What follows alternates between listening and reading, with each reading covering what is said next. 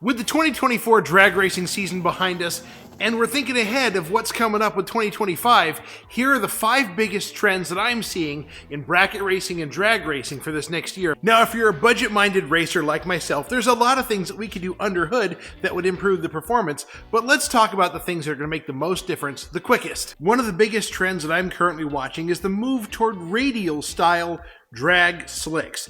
This happens to be a Hoosier bias-ply, and this car has worked good on bias-plies, but man, I tell you what, I'm looking at the way radials are reacting, and it's a real viable option to make a move on this car. Let's talk more about why. The venerable bias-ply has been known as a wrinkle wall slick for years upon years. That's because they wrinkle up on launch. Radials don't tend to share the same level of wrinkle, as well as on the top end, bias-plies tend to expand and grow their diameter. There's a lot of benefits if you've got a car that may be subpar on suspension setup, or the track may not be that good. Bias-plies tend to be more forgiving across these unforeseen variables. However, the radials are showing themselves to be way more consistent in the first 60 feet as well as on the top end. And I know that when I'm wearing out my bias-ply slicks, it gets a little mushy on the top end of the track. What that means is the tail kind of feels like it's a little floaty, and that means the sidewalls are losing their rigidity. That's a safety concern if you're getting to that point. Now, I want to be clear, I'm not advocating making the jump if you feel like your suspension isn't ready for it, or you're not up to changing your car up in that kind of capacity. All I'm saying is I'm seeing radials becoming a far better option than they have in any point in the past. I used to run drag radials on this thing, and I found out that it was a much better bias-ply car. But that was also almost 20 years ago, and radial slicks have come a long way in that time. One of the next trends I'm seeing is coming in the way of carburation and fueling your race car. I just got this one back from Velocity Racing Carbs. They're my builder of choice, and there was some severe discussion about should we make a change. Let's talk about that a little bit more. My El Camino specifically is a pump gas friendly 383 cubic inch small block Chevrolet. This is a 750 CFM Holley style 4150 carburetor. This one has been worked over heavily by Velocity Racing Carbs for a lot of reasons. First and foremost, the annular boosters. I'm a big fan of annular boosters, especially on a heavy car like this. I figure I'm in the 700 pound race weight without even thinking twice. Those help improve atomization.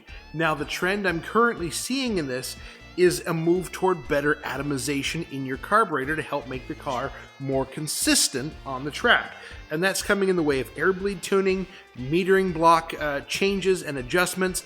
There's a lot of things coming down that are making for a better atomization of the fuel, so that way you're able to make the power you need on track more consistently. Now, I'm also seeing this with the new Edelbrock carburetors. Edelbrock has one that looks a lot like a Holley, but one of the things I'm seeing there is a lot of effort to atomize the fuel more efficiently, more effectively. There's even some guys I've been paying attention to that have just swapped like for like on their car and picked up. Now, I'm not saying that that's the case here, because I trust the guys at Velocity, and we've worked very hard to make this thing as responsive and consistent as possible. Minor updates at this point, but I tell you what, if you can atomize your fuel better, all the better. Now let's go into the next one I'm seeing. For years, I've been a big advocate of ethanol-free fuels. Mine's a pump gas engine. I've been running ethanol-free 91 or 93, depending on where I'm at and what I can get. That's because if there's no ethanol in there, there's no ethanol content to vary. In the performance of this car, I've actually watched ethanol fuels, depending on the content, actually change how the car works on the track. It's been more consistent, less consistent, depending on how it's set up. When I take the ethanol out of the equation, it tends to work better. Now, there's a big old caveat in here, and the E85 is becoming far more common.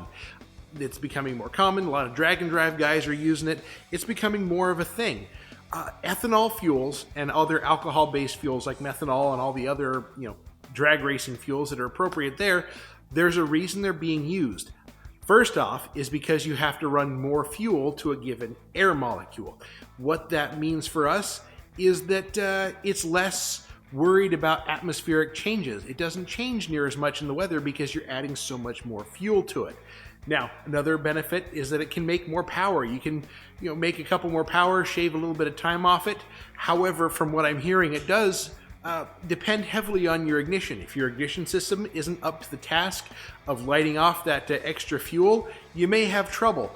And lastly, it tends to run cooler, which is important for guys that could potentially be myself here, are going to run multiple classes back to back to back to back. Having a car that's able to maintain a consistent temperature is important, so that way we're back to temperature, so that way we can go up and do this again. If you're considering making the move to E85, there's a couple of other things to consider.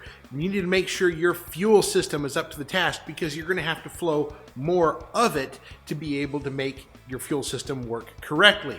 Now, the other thing is, if you're running a fuel injected setup, you're going to have to worry about injectors and a couple other bits and bobs. But for carburetors, you got to make sure you're able to flow the correct amount of fuel. You need an ethanol specific carburetor that's up to the task.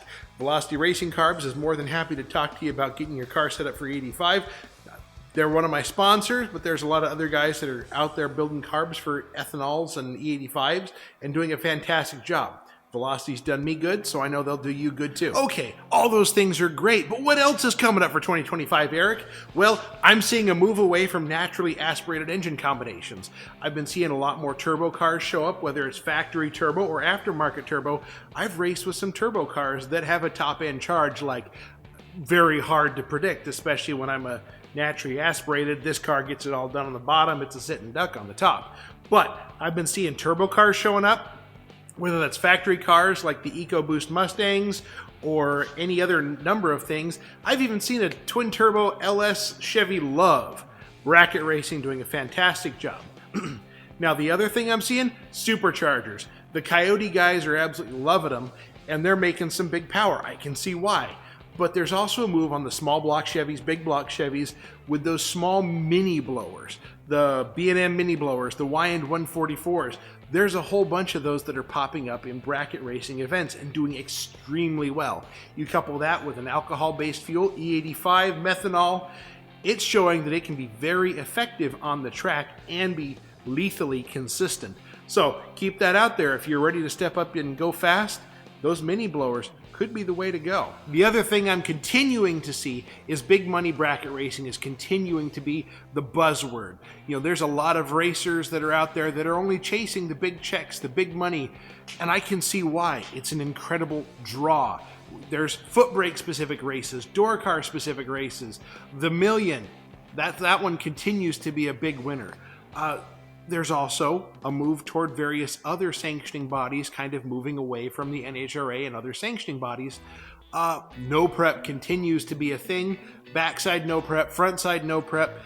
And this is one of those things that I'm not going to get into. I'm not a no prep guy, but if it's something you guys are interested in, by all means go for it. Give it a try. I'm very happy with the bracket racing I'm doing. Not saying I wouldn't give it a try, but it's got to be the right circumstances. But I'm continuing to see that coming up. The last one I'm seeing, index classes are popping up left and right. And index racing is just bracket racing with a dial-in already picked for you. If you got a car that fits the rules and can run the number, by all means throw down and make it work. So I'm seeing a lot of new classes coming up, new opportunities to be able to get into this no matter what you want to race as. But that actually brings up a final point, is that if you're going to be competing at this high level, what are you doing to practice? I've got a practice tree that I know I'm going to be hitting regularly from now till I'm too old to race and have to hang up the helmet. But using your practice tree effectively, matching the rollout of your car to the practice tree is becoming more and more important. How many times have you been watching big dollar bracket racing, Motor Mania TV, Flow Racing, whatever, Bang Shift has been doing it too.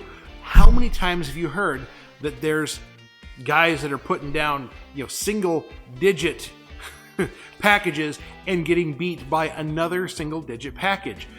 What that means is if there's anything we can do as a human to take ourselves out of the equation, all the better. And practicing to be able to be good on the tree is becoming so much more important than it ever has at any point in my racing.